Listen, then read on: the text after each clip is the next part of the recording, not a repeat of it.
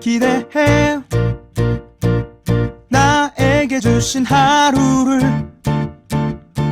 때론 피곤하고 일어나기 싫고 널 깨우는 알람 소리에 짜증도 나겠지만 안녕하세요. 오늘도 부른 말씀 권순민 목사입니다.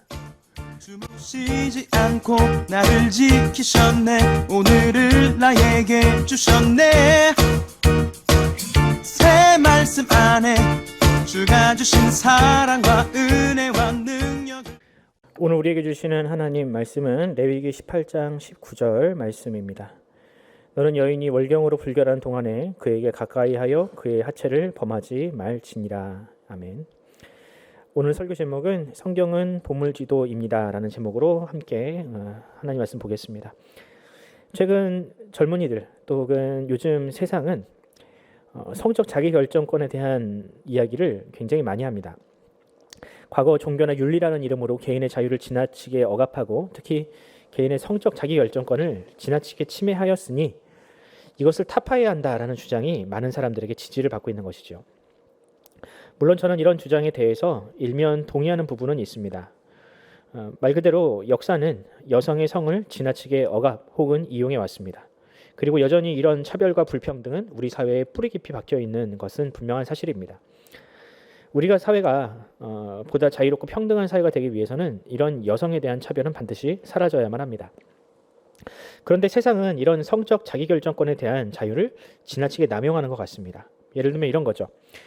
결혼을 한 부부 사이에 지켜야 할 순결이라는 약속이 있는데 요즘은 이 약속이 굉장히 무뎌져 있습니다.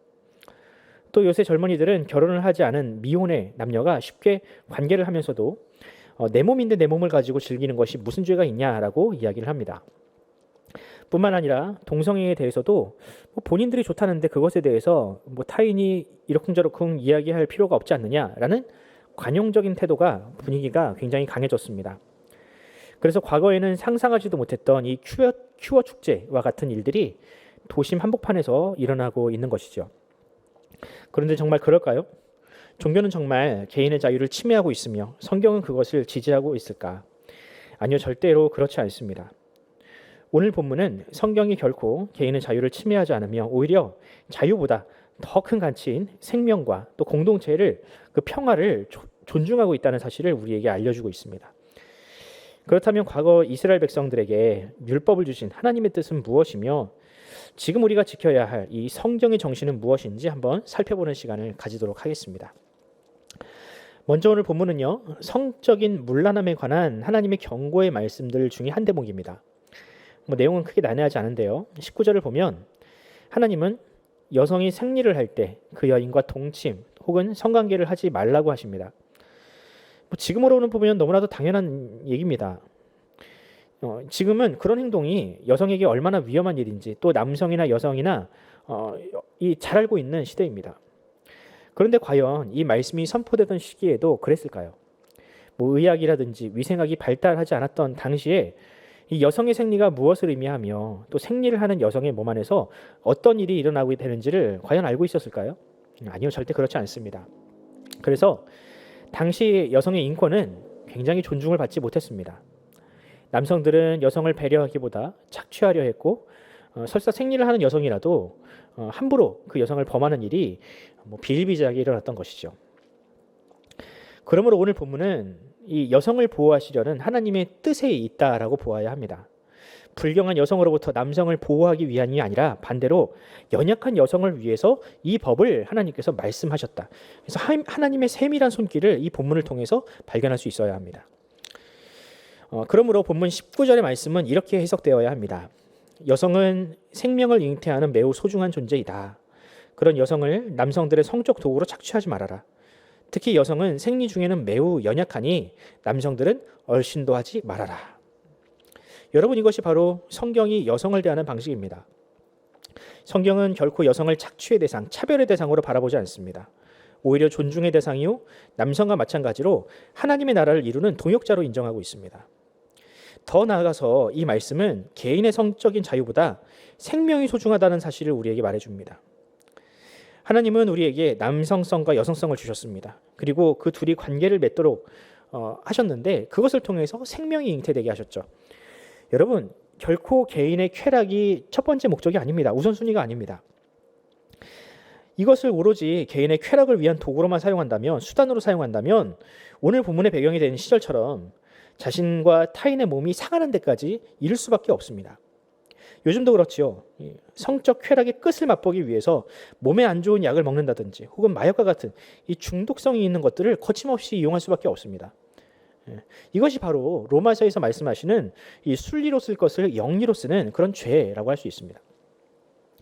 성은 개인의 취향이나 재미, 쾌락을 위한 도구가 아닙니다. 나의 몸은 내가 마음대로 즐기기 위해서 쓰라고 주신 도구가 아닙니다. 하나님은 우리에게 생명을 생산하고 가정을 이루는 기쁨을 선물하셨습니다. 이것이 궁극적입니다. 성적인 쾌락도 좋지만 그 너머에 있는 더 좋은 기쁨과 선물이 우리를 기다리고 있습니다. 만약 작은 쾌락에 만족하고 그 안에 담긴 이 생명이라는 더 좋은 가치와 기쁨을 발견하지 못하고 외면한다면 그것만큼 어리석은 것은 없는 것이죠. 사랑하는 성도 여러분, 하나님은 이 세상에 정말 아름다운 선물을 많이 숨겨 놓으셨습니다. 하나님은 우리가 그 기쁨을 찾기를 원하십니다. 이 선물은 단지 성적인 것에만 국한되지 않습니다. 쾌락 너머에 생명과 행복이라는, 가정이라는 선물이 우리를 기다리는 것처럼 우리 삶에는 다양한 선물들이 기다리고 있습니다. 절제는 성숙이라는 선물을 가져다 주며 인내는 성장이라는 선물을 우리에게 선사합니다. 그러므로 성경은 우리에게 그런 선물을 발견하도록 안내하는 보물지도와 같습니다.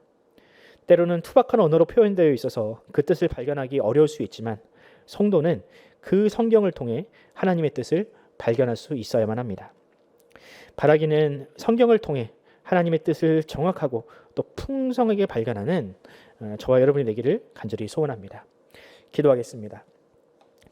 하나님 아버지, 은혜와 사랑을 감사합니다. 주님은 우리에게 하나님의 말씀이라는 소중한 보물을 주셨습니다. 이 말씀은 우리에게 진정한 행복을 선사하며 또한 우리를 진정한 천국, 하나님의 나라로 인도하는 역할을 합니다. 때로는 이것이 거친 말들로 또한 우리가 오해할 수 있는 언어로 표현되었다 할지라도 그 안에 담긴 하나님의 말씀, 그 뜻을, 분별을, 사랑을 발견하게 하여 주시옵소서. 특별히 요즘처럼 개인의 성적 취향이라든지 또한 개인의 어떤 자유가 너무나도 왕성해지는 이 시대에 우리에게 필요한 것은 바로 우리를 가이드해 줄 수 있는 하나님의 말씀입니다. 주님, 이 시대 모든 이들이 주님의 말씀, 하나님의 말씀에 귀를 기울이고 우리에게 진정 필요한 것은 무엇인지 깨달아 알게 되는 역사가 일어나게 하여 주시옵소서. 감사드리며 우리 구주 예수 그리스도의 이름으로 기도드립니다. 아멘.